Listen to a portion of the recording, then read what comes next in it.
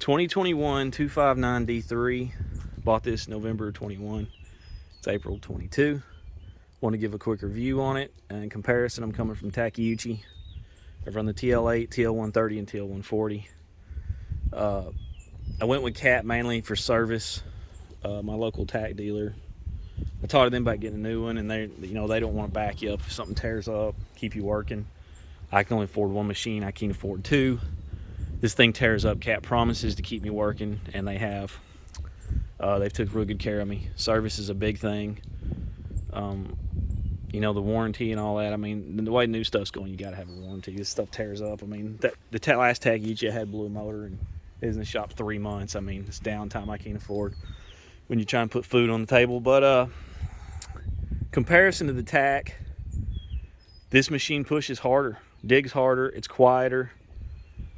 The tack lifts more. I think Caterpillar is one of the weakest lifting machines on the market, and they've got the reliefs turned up, or turned down, whatever. And I talked to the mechanic. He could turn them up, but Cat checks flow. If something was ever happened, they would know it's been turned up. They build them for longevity. I mean, you can't blame them. If you're going to get a Cat lift heavy, I would definitely get the machine size it's ready to lift that. Then this machine will tip. I mean, I can pick up stumps, trees, it'll tip over. The difference is when you put it against the plate right there, like a pallet, the release will kick in. It don't tilt back as far. But I mean, I haven't really had an issue with it. It's lifted everything I've wanted. I even picked a semi-trailer up off of the back of a semi and moved it. I mean, the trailer tilted and got stuck. And I mean, it's done everything I needed to do. Good size little machine. Pushing dirt, we did a job with the TL8 right beside this one. One of my buddies has got one. It wouldn't strip the topsoil. The TL8 would not go across it with a tooth bucket and strip top, just sit there and spin.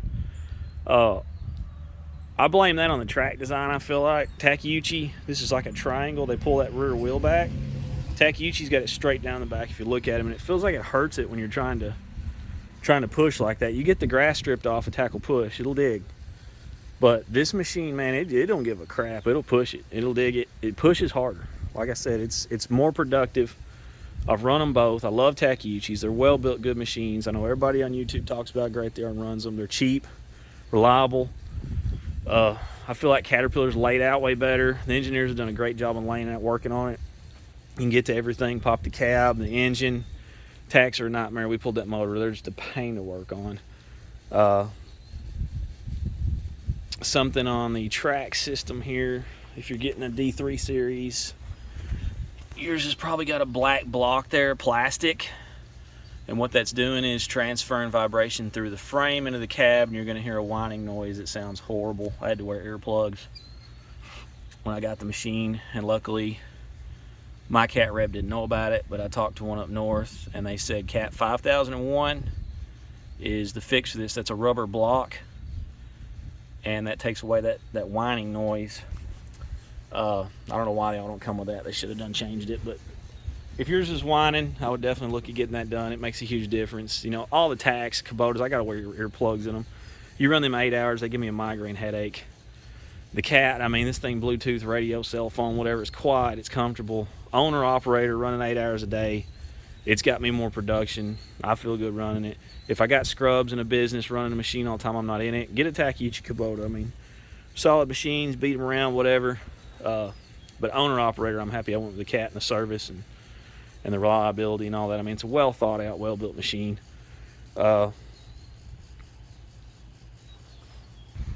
Something Cat does different is the triple flange rollers, front and rear.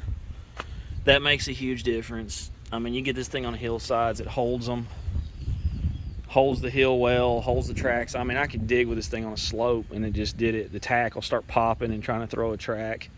The newer machines, all of them have a really thick rubber down here on the bogey idler things. I mean, it's like 2-3 inches thick of rubber. It really helps the ride on these machines. If you got an older machine, look at getting those tracks. It's well worth the money. Makes the idlers last longer and everything else. Torsion suspension is awesome. Took some getting used to. I absolutely love it now. Rides so good and comfortable. It's just, I mean, it's John Deere's going to that now. Bobcat's gone to it. It's definitely worth the money. Very comfortable. Complaints that I don't like about Caterpillar.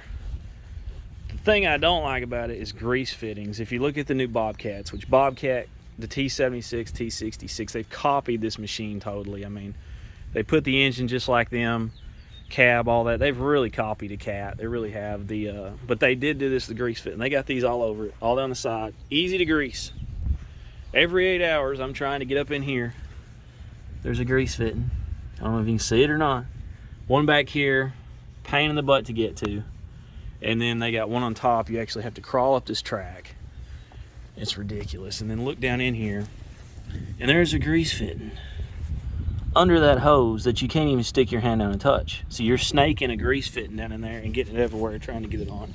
I don't know what they were thinking when they just cheaped out or something. I mean, they've got to address that eventually because it's just aggravating. And they got one down here under the track. You can't even see it back there in the dirt. Every other model Cat has them out here on the frame rail, right there in the back, and the course has already got in the front. I don't know why in 259 they put it back there. And I know where they're at. I make sure they're greased. But if you've got somebody working for you, they're not going to hit that stuff. You know what I mean? They're going to miss it. You got pins start squeaking. It's just, I don't know why they have not addressed that. They could, I mean, even this pin, they could have put it right here, right there, and went into the pin like everybody else. I mean, I don't know why they're behind on that. And then the quick attach is just horrific. Greasing that thing is just a pain in the butt. You don't got to grease it a whole lot, but it's just little things like that. And then the step they took away.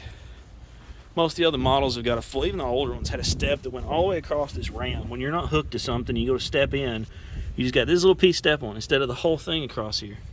I don't know why they cheaped out on that stuff. 259, I've seen that most that way. And then high flow, to activate it, you got to have a high flow plug. It's like $200. I mean, why not have that on a toggle like everybody else? I don't know why you're changing stuff up like that. And then if you get into 299, you got to have two plugs because you got high flow and then that super high flow. It's just aggravating having to get out and swap it when you could flip a switch. My cutter will run high or low, either one. It's got a piston motor and all that. It's just stupid to put it on a plug. I don't know what they're thinking.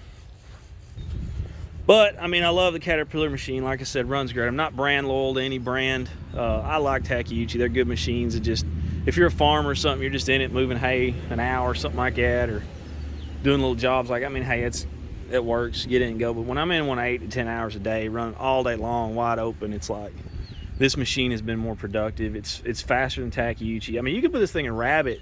You don't even know you're in rabbit. You can start digging with it. The tack won't even turn on the ground you put it in rabbit. They just sit there and just, I mean, asphalt, whatever. This thing will just sit there and do 360s all day in 2-speed rabbit. I mean, it's just well thought out for production. It really moves, does a good job.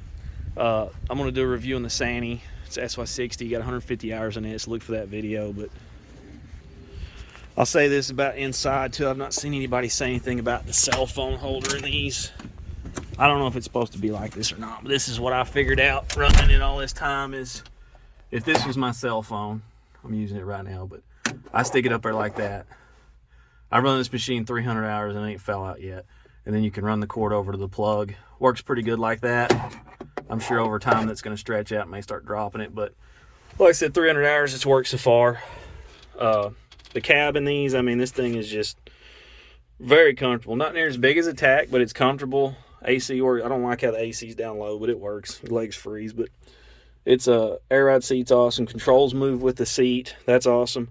I'm going to say the electronic over hydraulic controls I thought I would hate, because I'm used to the hydraulic over hydraulic pilots on a Tac, and I absolutely love this machine. Once I got used to it, it's very, very good machine. It's not as Tac's really responsive, like jerking back and forth. This is always smooth. It probably helps save the machine, but I'm really happy with them now. I got used to them. I can see I haven't run the new excavators. I know some people don't like them, but trying to think if I've hit everything. They say these are pressurized and sealed cabs. I mean, I don't know how you call a sealed cab with this little fuzziness in the window. I mean, like right here, you can see through to the air. Now, I could see, I guess, pressure pushing dirt out, but I mean, it's still going to get a little dirt in. You say I always keep the door closed, and it's still got a little dirt coming in on stuff. But I mean, that's another thing with the Takeuchi. Was horrible. When I brush cut, I mean, you could just see dirt coming in around that door. I tried to fix the seal, and it's just all the time dirty in it, and it just gave you a migraine headache running it. It's just, I mean, it is what it is. You're going to pay more for a cat, but like I said, if you're running every day, it's worth the money. It really is. And then the service, like I said, it just sells itself. But anyway, that's all I can think of that I hit.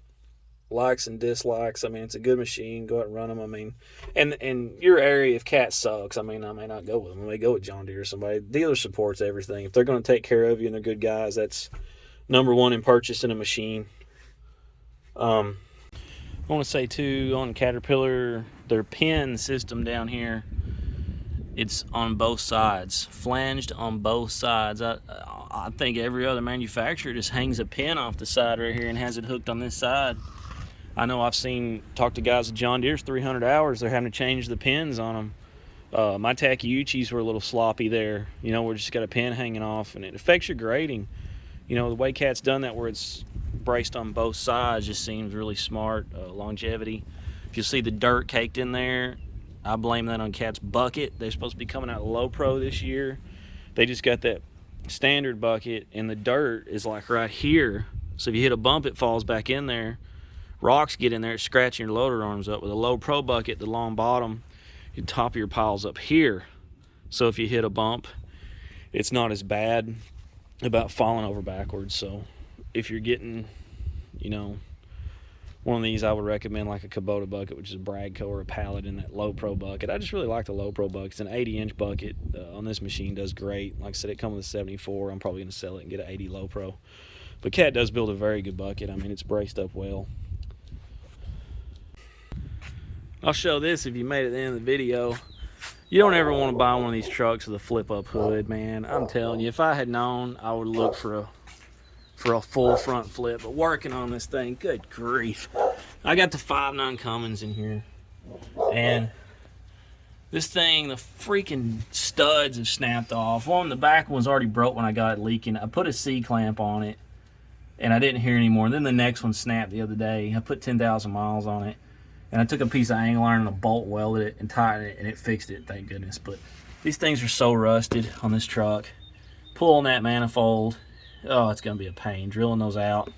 That's just little stuff like that, being an owner-operator, man. It's just a pain in the butt. But yeah, if you're ever buying a dump truck, I just want to throw that in there.